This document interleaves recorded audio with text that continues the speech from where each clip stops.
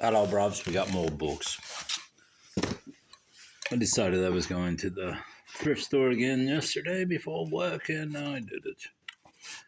This book I probably should have looked up because it's not worth anything. 1926 copy of Mohammed by R.F. Dibble.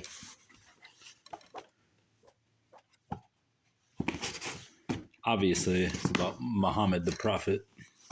Defeat of all infidels. Let's read what this says, actually. This might be interesting. Holy Wars. Defeat of all infidels. Another year sped by until the appointed time came for the Quraysh and the Muslims to clash again at Badr. A prolonged drought, however, had impaired the Meccan finances to such an extent that Abu Sufyan, I can't read this, I don't know the words, General Douglas MacArthur, fighter for freedom, an authentic life story. And it comes with a mass market bookplate, which was owned by Stanley A. Henderson. Obviously, MacArthur was the lead general of World War II. This is from 1942, fourth printing.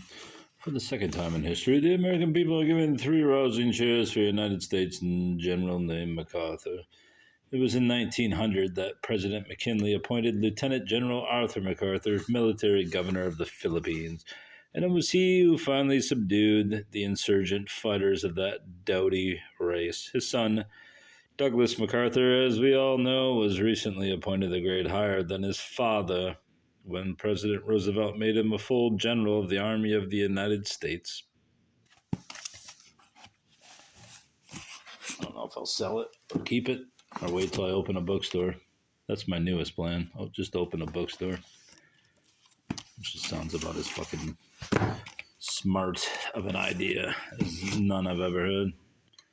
A Taste for Blood. Edited by Martin H. Greenberg. And first I just figured it was one of those throwaway Barnes & Noble books, but then I realized that Carmilla by J. Sheridan Le Fanu is included. And thus I'll definitely put it on the channel. Not that other people haven't already read it, but I haven't read it, so I'll read it for myself. Pages from a Young Girl's Journal. The Hills of the Dead by Robert Howard.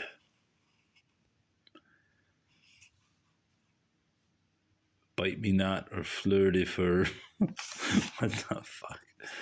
Son of Celluloid. The Lost Art of Twilight. Blood Disease.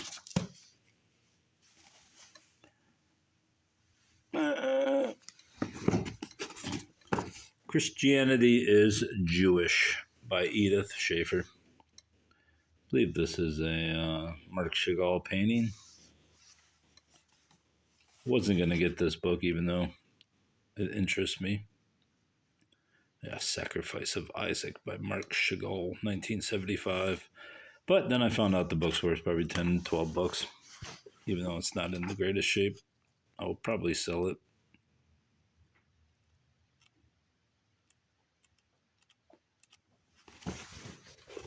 Interesting topic, but I really need 19 new books, even though that's what I ended up with here. Another one of these by Gwen Frostic, the Michigan block cut lady who wrote her thoughts on Michigan in self-published books to those who see. Gwen Frostic. Does it say, does it say 1965? That's 1885. Science and Health with Key to the Scriptures by Mary Baker Eddy.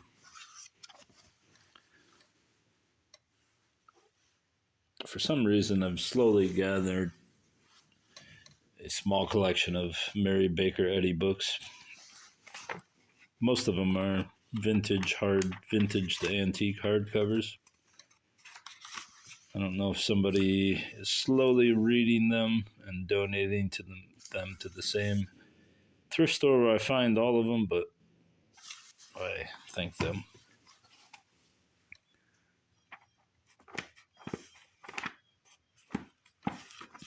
Apparently, this is the guidebook to health and wellness, to the Christian Science teachings.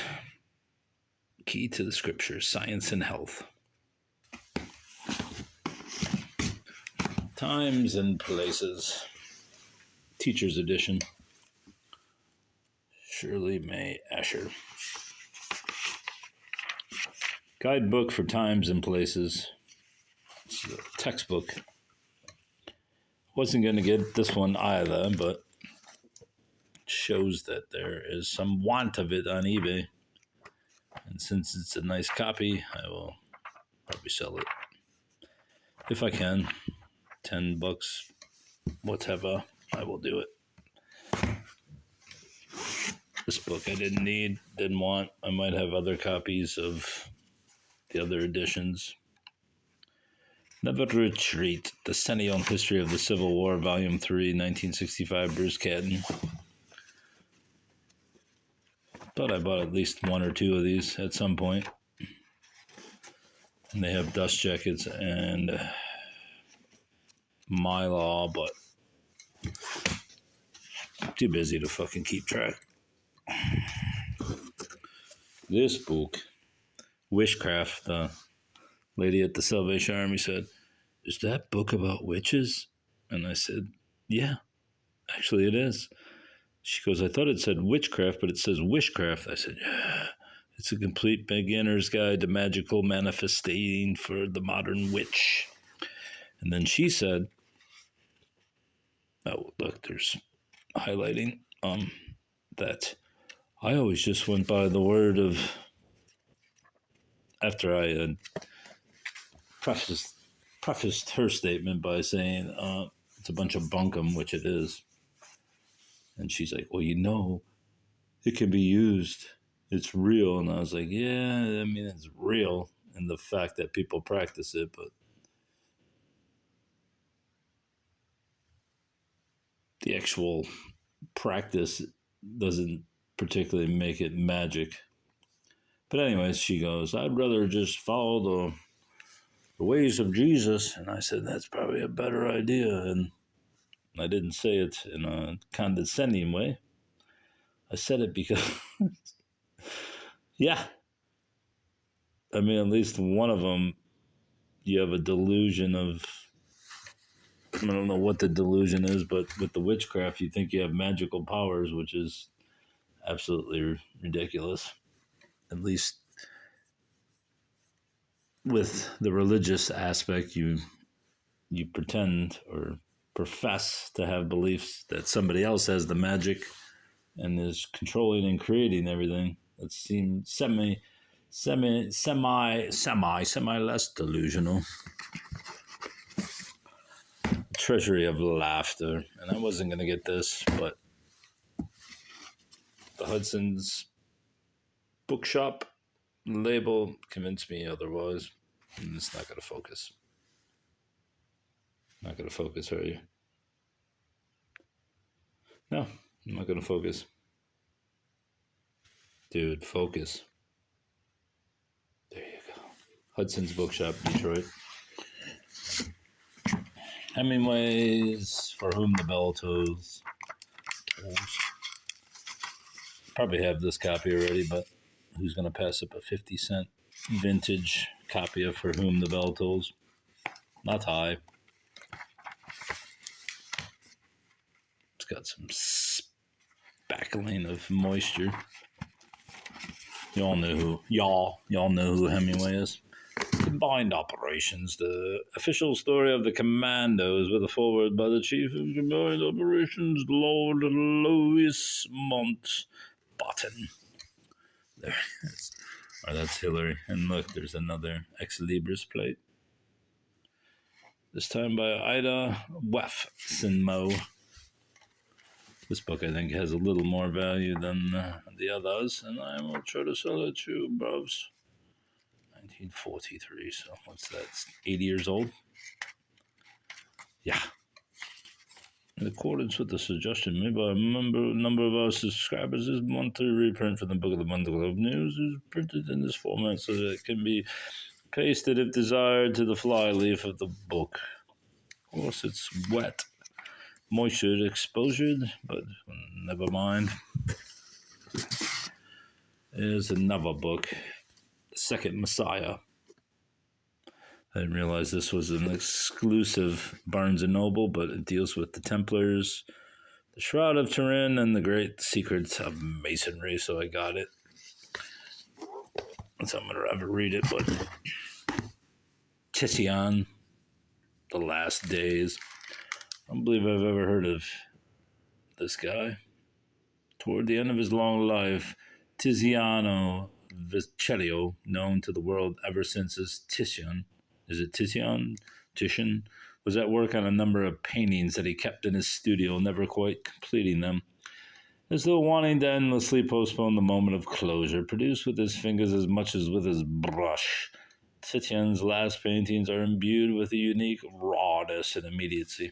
Yeah, that's why I got it. Sounds like an interesting book. Let's see some of his last paintings.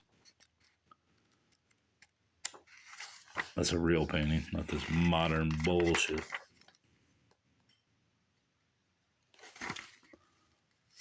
Man with a blue sleeve. Botticellian. The Venus of Urbino.